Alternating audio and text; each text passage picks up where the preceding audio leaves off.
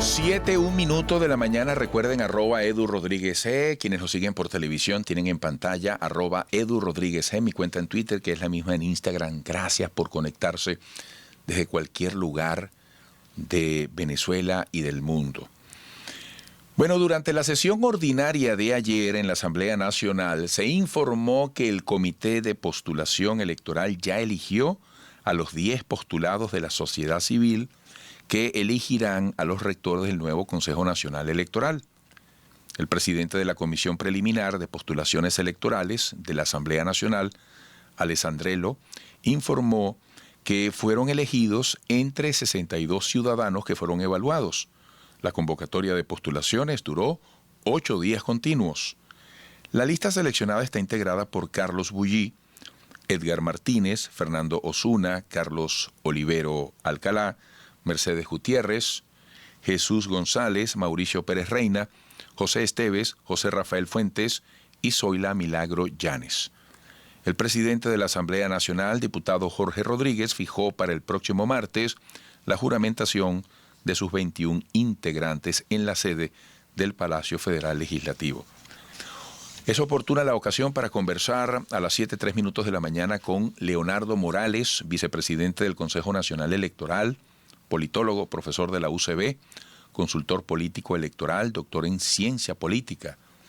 Leonardo, buenos días, bienvenido, un placer. Buenos días, Eduardo, ¿cómo estás? ¿Cómo te ha ido? Saludos a ti y a todos los oyentes.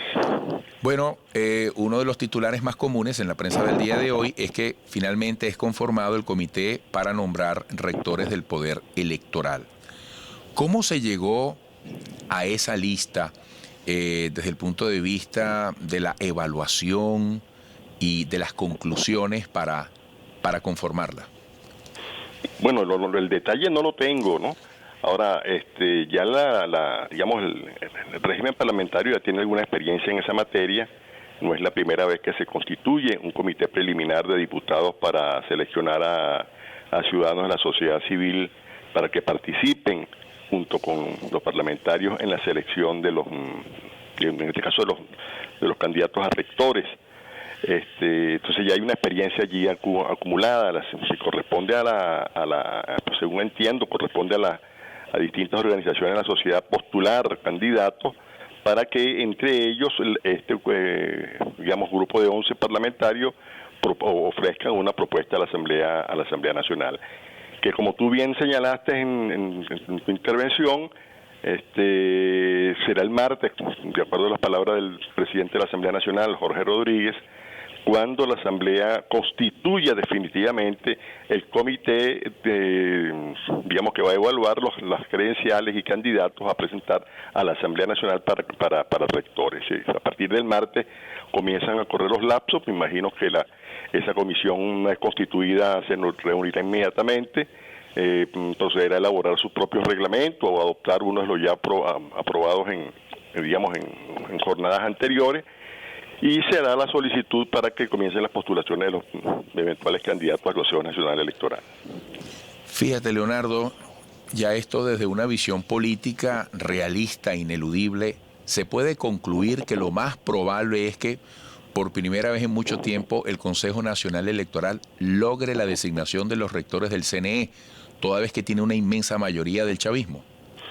Sí, yo creo que sí, no queda duda de que en esta oportunidad va a haber acuerdo en la Asamblea Nacional. Como tú bien señalas, hay una organización que tiene más de las 2/3 partes del organismo que son necesarios para la selección del Consejo Nacional Electoral. La última vez fue en el 2006, creo. Fue la vez aquella que una parte del sector político no participó en las elecciones parlamentarias y también quedó la Asamblea Nacional en manos de una sola opinión política. Pero en todo caso me parece bien importante que digamos, quienes hoy conforman la Asamblea Nacional se constituyan en comisión, que discutan sobre el tema y que exactamente hagan valer el texto de la Constitución en términos de cómo se elige el Consejo Nacional Electoral. Yo creo que eso satisface una exigencia que se viene haciendo desde hace algún tiempo.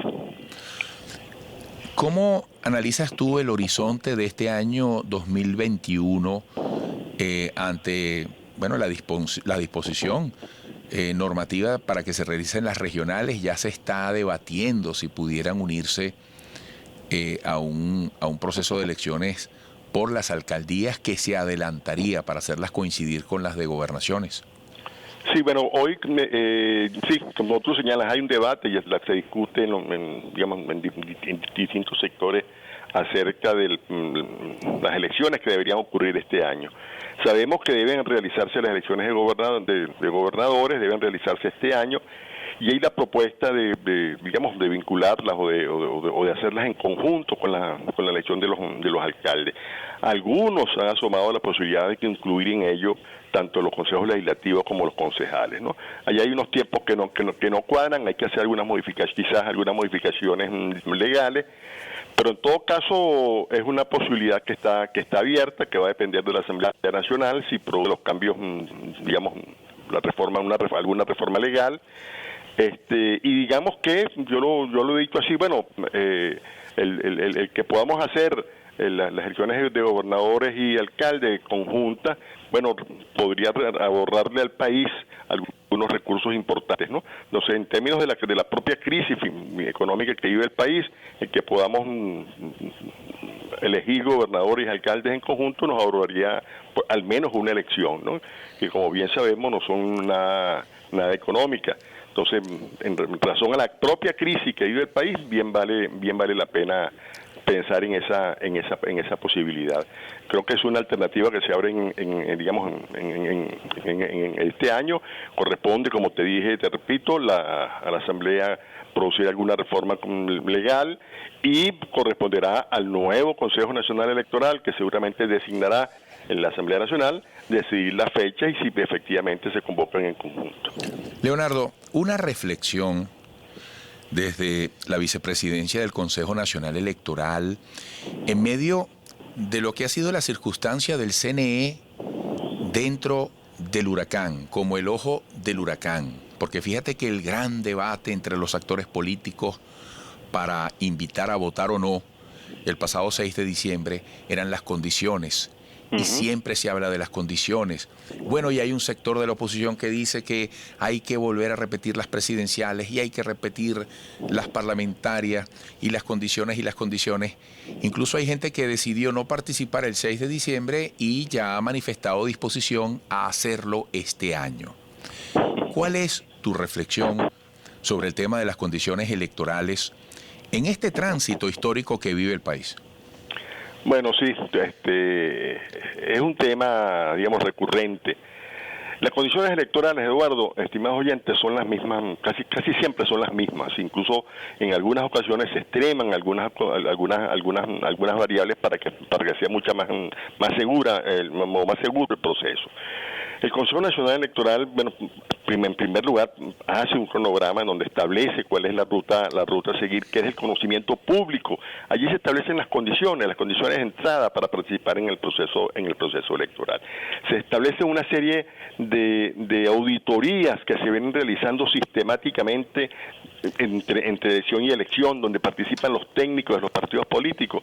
Yo lo decía a propósito de la elección del 6 de diciembre del año pasado, que me había quedado profundamente sorprendido de la capacidad técnica de los expertos que mandaron los partidos para las auditorías. Individuos jóvenes bien preparados, conocedores, produjeron algunas modificaciones que le solicitaron a los técnicos del CNE, etcétera.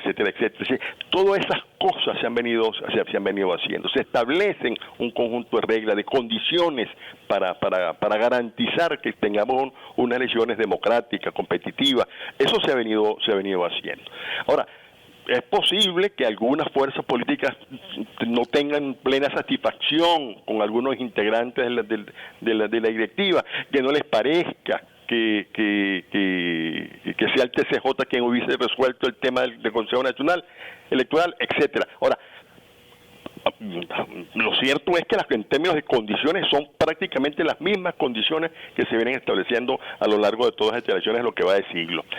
En esta oportunidad, el que hoy aparezcan venezolanos diciendo que ayer llamaron a la abstención, que hoy vayan a llamar a la participación, es un dato importante. Sí, yo creo que no hay que cargarle la mano a esos sectores que se arrepienten, que reconocen que se equivocaron, sino que más bien hay que darle la mano y ayudarlos a entrar otra vez en el carril democrático, en la vía aquella que mediante la cual los demócratas resuelven y dirimen sus diferencias, que son precisamente en las votaciones. Yo creo que eso es lo que hay que aplaudir. Entonces, y en esa materia, bueno, yo creo que pues fijémonos nada más lo que está ocurriendo en el país, Eduardo. Es decir, se realizaron las elecciones del 6 de diciembre, hay una nueva Asamblea Nacional con todas las críticas que se dieron, pero vemos una Asamblea Nacional que después de mucho tiempo se reúne, por ejemplo, con el sector empresarial del país para discutir sobre los problemas del país. Ahora, que Leonardo, se reúne fíjate, disculpa que te interrumpa porque me queda un minuto, pero fíjate, hay que tomarse en serio las cosas.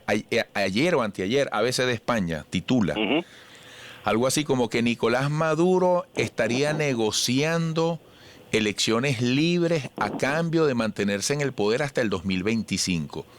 ¿Qué piensas tú sobre una aseveración de estas características? Oye, del ABC de España, porque entonces cualquiera se preguntaría, bueno, pero ¿por qué se prometen elecciones libres? ¿Es que acaso las elecciones no son libres siempre? Sí, bueno, pues no sé de dónde saca la ABC el titular, habría que leer el texto, yo no leí el texto de la noticia. Lo cierto es que nosotros tenemos un régimen constitucional que establece cuándo son las elecciones, es decir, nosotros tenemos este año elecciones de gobernador, apenas estamos diciendo que la vinculemos con las elecciones de alcalde para resolver dos en una sola. Luego vendrán consejos legislativos y concejales, y está pendiente la elección presidencial que corresponde cuando corresponde. Pues sí, este periodo constitucional presidencial se inició en el 2018, termina cuando 6 años después. Entonces, bueno, más o menos lo que está eso no es ninguna condición que pone el presidente Maduro, que él solo entregaría el poder en el 2025. Si él no concurre en las elecciones del 2025 o pierde las elecciones que serían en el 2024, las pierde, tendría que entregarle el poder al otro a quien haya salido favorecido. De modo pues que no veo por qué condicionar unas elecciones libres. Si las elecciones tienen que ser libres, competitivas, democráticas, transparentes para el ciudadano. Y no solo los ciudadanos, sino para los propios candidatos. Ese es, digamos, el deber ser de los procesos electorales. Y es de la forma como el Consejo Nacional Electoral debe actuar para garantizar tanto los actores que participan como en condición de candidatos, como aquellos que van a elegir, lo hagan, digamos, confiados en que la opinión va a ser y la voluntad electoral va a ser respetada. Bueno. Caramba, muchísimas gracias por estas declaraciones. Seguiremos conversando en seguimiento al tema electoral venezolano. Un fuerte abrazo, mucho éxito, Leonardo. Gracias, Eduardo. Saludos. Leonardo Morales, vicepresidente del Consejo Nacional Electoral, politólogo, profesor de la UCB, consultor político electoral, doctor en ciencia política. Regresaremos.